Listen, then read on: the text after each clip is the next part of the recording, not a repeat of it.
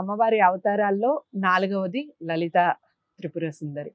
మనందరికీ లలితా సహస్రనామాలు చాలా మంది పాటిస్తారు. చాలా మంది లలిత పారాయణం చేసుకుంటూ ఉంటారు. చాలా మందికి పరిచయం ఉన్నప్పటికీ మీ నోటి ద్వారా లలితా సహస్రనామాలు చాలా గుళ్ళల్లో మీరు చెప్పడం నేను చూడటం జరిగింది. అసలు అమ్మవారి నేను అవతారాలు ఇంట్లో కూడా చెప్పానమ్మా, తప్పులు లేకుండా ఎలా ఉచ్చరించాలో ఉమ్, నా ఛానల్లో ప్రతి అక్షరం ఎలా ఉచ్చరించాలో నేర్పించాను.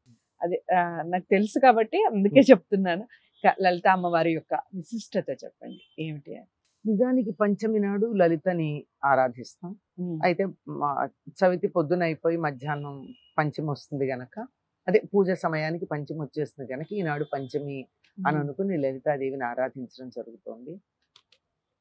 అరుణాం కరుణాతరంగితాక్షీం ధృతపాశ అంకుశ పుష్పబాణచాపాం అణిమాదిభిరావృతాం మయూఖైరహమిత్యేవ విభావయే భవానీం ధ్యాయేత్ పద్మాసనస్థాం వికసితవదనాం పద్మపత్రాయతాక్షీం హేమాభాం పీతవస్త్రాం కరకలితల సద్ధేమ పద్మాంబరాంగీం సర్వాలంకారయుక్తాం సతతమభయదాం భక్తనమ్రాం భవానీం శ్రీవిద్యాం శాంతమూర్తిం సకల సురనుతాం సర్వసంపత్ప్రదాత్రీం అని అమ్మవారిని ప్రార్థన చేసుకుంటూ లోకాన్ అతీతాన్ లాలయతి పోషయతి లలిత. లోకాలన్నింటినీ చాలా చక్కగా లాలించి పోషించేటటువంటి ఆవిడ లలిత అంట. సుకుమారంగా సున్నితంగా లాలిత్యంతో చక్కగా లాలన చేసేటటువంటి తల్లి ఈ లలితా పరమేశ్వరి. అన్ని రకాలైనటువంటి రాక్షస సంహారాలను చేసినటువంటి వాటి యొక్క సమగ్రమైన స్వరూపంగా మనకి లలితాదేవి గురించి కనపడుతుంది. భండాసుర వధ కోసం ఆవిర్భవించింది. భండుడు అంటే బండ, మనం తెలుగులో వాడు బండ అండి, వాడికి ఏం అర్థం కాదంట. అటువంటి బండ రూపంలో ఆవిర్భవించినటువంటి వాడిని మరి బండతనం పోవాలంటే ఏం కావాలి? లాలిత్యం కావాలి. అటువంటి లలితంగా ఉండేటటువంటి ఈ తల్లి భండాసురవధ అయిన తర్వాత వారందరూ మర్నాడు చాలా సంతోషంగా కూర్చున్నప్పుడు వసిన్యాది వాగ్దేవతలు అమ్మవారిని కీర్తించిందే మీరు ఇందాక ప్రస్తావించినటువంటి లలితా రహస్యనామ సహస్రం. అటువంటి లలితాదేవి త్రిపురాత్రయంలో 2వ భాగంగా మనకు కనపడుతుంది. 3 కదా త్రిపురాలని చెప్పుకుంటాం కదా, అందులో 2వది ప్రధానమైంది, మధ్యన ఉండేది. పంచదశి మంత్రానికి అధిష్టాన దైవం. ఇప్పుడు పంచదశి అంటే 15 బీజాక్షరాలు కలిగినటువంటి మంత్రం. ఇదైతే షోడశికి అర్హత వస్తుంది, 16 కలిగిన దానికి. బాల గాని గౌరీ గాని ఉన్నప్పుడు మాత్రమే పంచదశి ఇస్తారు. సంప్రదాయం అండి, సంప్రదాయం గురించి మాట్లాడుతున్నా. దీనికి భిన్నంగా ఎవరికైనా ఉంటే వారెవరు ఏమీ నొచ్చుకోవాల్సిన పని లేదు. ఎందుకంటే ఇప్పుడు చాలా రకాలు అనేక మంది పండితులు పీఠాధిపతులు మొదలైనటువంటి వారు వాటికి కొన్ని మన కాన్స్టిట్యూషన్ లో అమెండ్మెంట్స్ చేసినట్టు వీటికి కూడా కొన్ని అమెండ్మెంట్స్ చేస్తూ ఉన్నారు గనక, సవరణలు చేస్తున్నారు గనక అవి తెలియదు. నాకు తెలిసింది సంప్రదాయంలో పెద్దలు చెప్పినటువంటిదే, దాని గురించే చెప్పడం. అటువంటిది ఈవిడ త్రిపుర సుందరి, లలిత త్రిపుర సుందరి. ఈవిడికి అటు ఇటు కూడా సచామర రమావాణి సవ్యదక్షిణ సేవిత అని చెప్తారు. రమావాణి లక్ష్మీదేవి సరస్వతీదేవి, ఎడమ కుడి పక్కన అమ్మవారికి వింజామరలు ఇస్తూ ఉంటారు. ఎడం పక్కన లక్ష్మీదేవి ఉంటుంది, కుడి పక్కన సరస్వతీదేవి ఉంటుంది.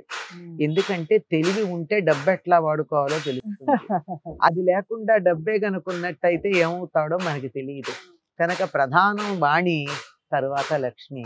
కనుక కుడి పక్కన లక్ష్మి సరస్వతీదేవి, ఎడమ పక్కన లక్ష్మీదేవి ఉండి వారు వింజామరలతో వీస్తూ ఉన్నారు. అంటే మనకు అర్థమైంది ఏమిటంటే, ఇప్పుడు త్రిమూర్తులకి శక్తులైన వాళ్ళ త్రిమూర్తుల్లో ప్రధానంగా చెప్పుకునేటటువంటి వాళ్ళు వీళ్ళు ముగ్గురే, బ్రహ్మ విష్ణు మహేశ్వరులు. బ్రహ్మగారి శక్తి వాణి, విష్ణువు యొక్క శక్తి రమ. వాళ్ళిద్దరూ కూడా అమ్మవారికి చెరో పక్కన వింజామరలు వీస్తూ ఉంటారు అని చెప్పడం జరిగింది. అటువంటి అద్భుతమైనటువంటి రూపం కలిగిన, అందరి చేత ఆరాధించదగినటువంటి అద్భుతమైనటువంటి తల్లి మనకి ఈ లలితా పరమేశ్వరి ఈవిడ్నే లలిత అని ఊరుకోరండి చాలా మంది. లలితా పరమేశ్వరి అంటారు. అంటే లలితా రూపంలో ఉన్నటువంటి అందరికన్నా ఉచ్చ స్థితిలో ఉన్నటువంటి అమ్మవారు. ఎందుకంటే సమస్తమైనటువంటి దేవతల శక్తులు తనలో నిబిడీకృతం చేసుకుని రాక్షస సంహారం చేసి మిగిలిన వాళ్ళు ఎట్లా ఉన్నా ఇప్పుడు మాత్రం చేసింది ఏమిటంటే కామేశ్వరాస్త్ర నిర్దగ్ధ సభండాసుర శూన్యక. భండాసురుణ్ణి కామేశ్వరుడు అనేటటువంటి అస్త్రంతో శూన్యకరకత్వం సహా నగరంతో సహా సమూలంగా ఈవిడ నాశనం చేయడం అన్నది కనపడుతుంది. ఇక్కడ మాత్రం మనకు కనపడుతుంది అమ్మవారు మంచి కురువిందమణి శ్రేణి కనత్కోటీర మండిత. కురువిందమణులతో చక్కగా ప్రకాశించేటటువంటి ఎర్రని మాణిక్యాలు అంటే కెంపులతో అలంకరించబడింది. అంతేకాదు ఆవిడ సర్వారుణ పూర్తిగా ఎర్రగా ఉంటుంది. కౌసుంభ వస్త్రం ధరిస్తుంది కనుక మంచి దానిమ్మ పువ్వు రంగు అంటే లేత ఎరుపు, ముదురు నారింజ, పూర్తి ఎరుపు కాదు లేత ఎరుపు, ఆ వర్ణంలో ఉన్న వస్త్రాన్ని ధరించినట్టుగా మనకి లలితా రహస్యనామ సహస్రంలో చెప్పబడింది. కనుక ఈనాడు ప్రతి రోజు కూడా అమ్మవారికి రంగులు మార్చే పద్ధతి ఉన్నవాళ్ళు ఈనాడు అటువంటి లేత ఎరుపు లేక ముదురు నారింజ రంగు సరిగ్గా ఎలా ఉంటుందంటే దానిమ్మ పువ్వు రంగు. దాడిమి కుసుమ ప్రభ అమ్మవారి నామాల్లో మనకు కనపడుతుంది. దాడిమి కుసుమం లాంటి శరీర కాంతి కలిగినది, అప్పుడే ఉదయిస్తున్నటువంటి సూర్యుడు లాంటి కాంతి కలిగింది కనుక ఈ రెండు కూడా ఆ రంగులే. అటువంటి రంగు వస్త్రాన్ని గనక ఆవిడకి ధరింపచేసి ఓపిక ఉన్నట్టయితే కెంపులతో ఉన్న అలంకారాలు గనక చేసినట్టయితే లలితాదేవి యొక్క రూపం మన కళ్ళ ముందు లలితా రహస్యనామ సహస్రంలో ఏదైతే చెప్పారో అది ఆవిష్కరించబడుతుంది. చాలా అంటే చాలా చక్కటి వివరణ అమ్మ. లలితా అమ్మవారి యొక్క విశిష్టత అమ్మ అయితే చాలా గుళ్ళల్లో మీరు చాలా ఛానల్స్లో ఇంతకు ముందు కూడా చూసుంటారు. ఎంత చక్కగా పాడతారో, ఎంత చక్కగా చెప్తారో. ఒకవేళ ఉంటే కనుక ఆ వీడియోస్ను కూడా వాచ్ చేస్తూ దాంతో పాటుగా అమ్మవారి విశిష్టత ఏమిటి, లలితా అమ్మవారి యొక్క విశిష్టత ఏమిటి, అమ్మవారి అవతారం వెనకాల ఉన్నటువంటి రహస్యం ఏమిటి, విషయాలన్నీ వీడియో ద్వారా తెలుసుకున్నాం. పిల్లలకి తప్పకుండా ప్రతి వీడియోలో చెప్తూనే ఉన్నాను, తప్పకుండా పిల్లలకి చూపించండి ఇలాంటి వీడియోస్. మన సంస్కృతి, మన గొప్పతనం ఏమిటి అనేది పిల్లలకి తెలియాలి. ముందు పెద్దవాళ్ళు కూడా ఆచరించే ప్రయత్నం చేయండి. వీడియోని లైక్ చేసి షేర్ చేయండి, ఛానల్ని సబ్స్క్రైబ్ చేసుకోండి. తదుపరి అమ్మవారి అవతారంతో మళ్ళీ కలుద్దాం. నమస్తే.